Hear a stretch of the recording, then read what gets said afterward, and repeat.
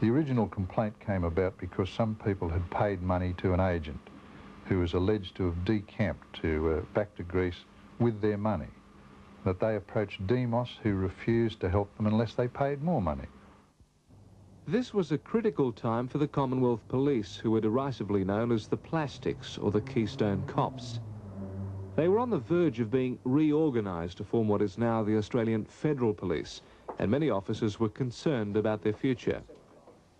These complaints about a supposed Greek pensions racket must have seemed like an ideal opportunity to demonstrate their unrecognised investigative skills. The media heard about this investigation, which seemed to be supported by rumours current at the time. Yes, early in March '77, we received a phone call at the Sun from either Brian White or Steve Liebman of 2SM, who told us that they at the radio station had an anonymous call from a Greek complaining about a pensions racket. The caller claimed that a doctor in general practice was selling invalid pensions for $2,000 each. Hundreds of his patients had supposedly obtained their pensions through these illegal means. Yes, I read the article in the paper, and it implied pretty clearly, as far as I was concerned, that it was me it was talking about, because I think it mentioned a Greek doctor and it mentioned this area. So I contacted my solicitor and spoke to him about it, and he said the only thing that I would advise you to do is not to have any interpreters in the room when you're seeing patients. During that year, all of my patients that were receiving any sort of social security benefit were reviewed.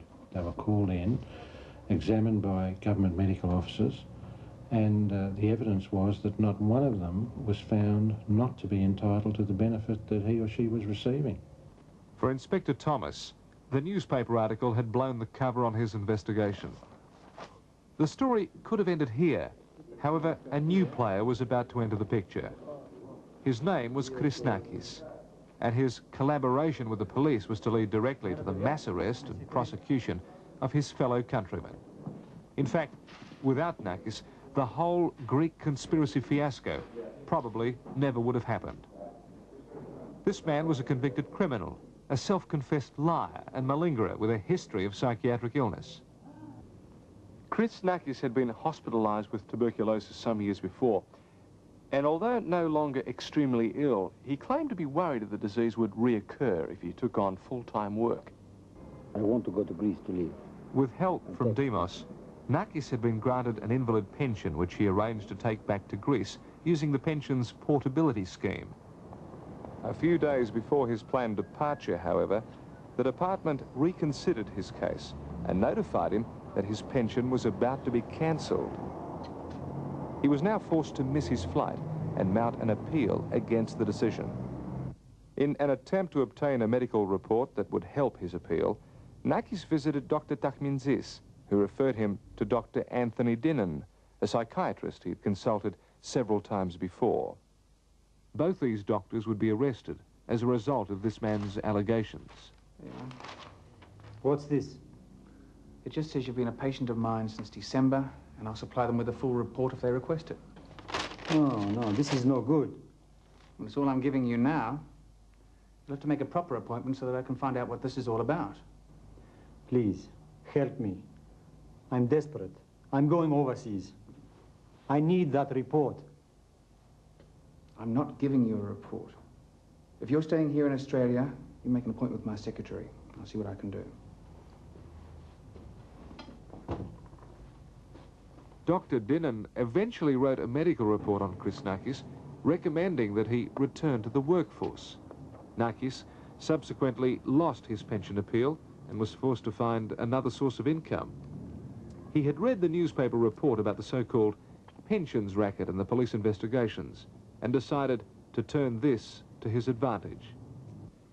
Evidence suggests that it may have been a desire for revenge against the doctors who refused to help him, coupled with the lure of easy money that led Nakis to contact the police through his solicitor. Nakis wanted to know how much the police were willing to pay for information which he claimed would interest them. Well now, what have you in mind? He and his solicitor met with Inspector Thomas to discuss the matter. At that meeting, the informant was introduced as Con Poulos. It was a false name, of course.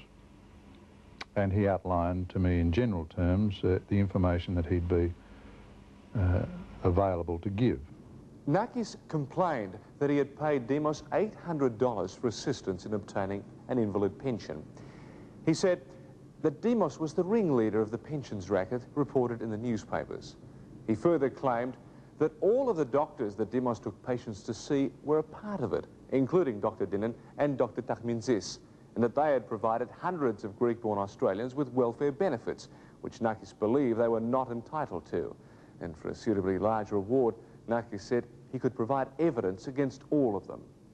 Inspector Thomas was not authorised to approve a reward offer for Nakis, so he discussed it with his commissioner and representatives from other relevant government departments. He told them that the racket was so big it would cost the government between $5 and $8 million in that year alone. This was of great concern to Social Security, which was under enormous pressure to cut back welfare spending. They wanted a major crackdown to discourage further abuses of the system.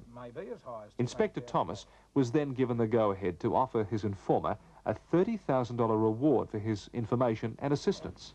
I was directed to put that offer to Narcus, which I did through his solicitor, and it was rejected. Nakis wanted more money. $200,000 was put forward as a more realistic reward figure. After further discussions, this was accepted by the Commonwealth Police, and Nakis was now prepared to participate in their investigations. Thomas and Nakis then worked out the details of their collaboration at a number of meetings, including a two-day conference here at the Glensin Motel in Randwick. Also, it was my intention right from the start that we would need an inside agent, that we would need to place somebody in the conspiracy. And it was agreed that he would introduce such a person into the conspiracy, and eventually he did. That was George Theodorakis, the ACT police officer.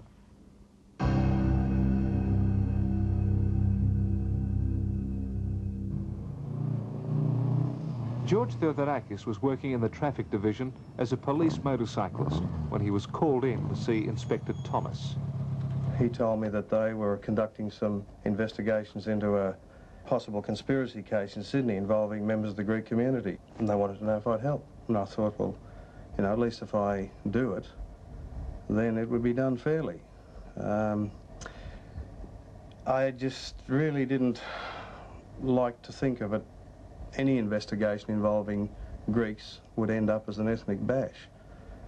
The whole part, or the part at the time that I was to play, involved the wearing of a tape recorder, hidden tape recorder, and whilst that was running, activated, I was to attempt to infiltrate what at the time was a group of people alleged or thought to be illegally receiving benefits from Social Security.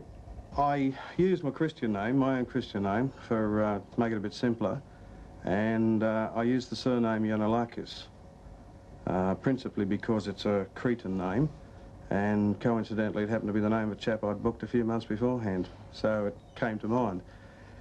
And the other part of the initial scenario was that my wife was very unhappy. She wanted to return to Greece. I'd actually come here at a very small age, young age, and basically what I wanted to do was to return to Greece, but I had heard that it was possible to obtain a pension, and the idea was that I would have funds to take back with me. That was the initial broad outline of the thing, and what I originally told Narcus when I met him the first time. Having been born in Australia, George's Greek was a little rusty, which made him uneasy about his undercover role. Relax, you'll be all right.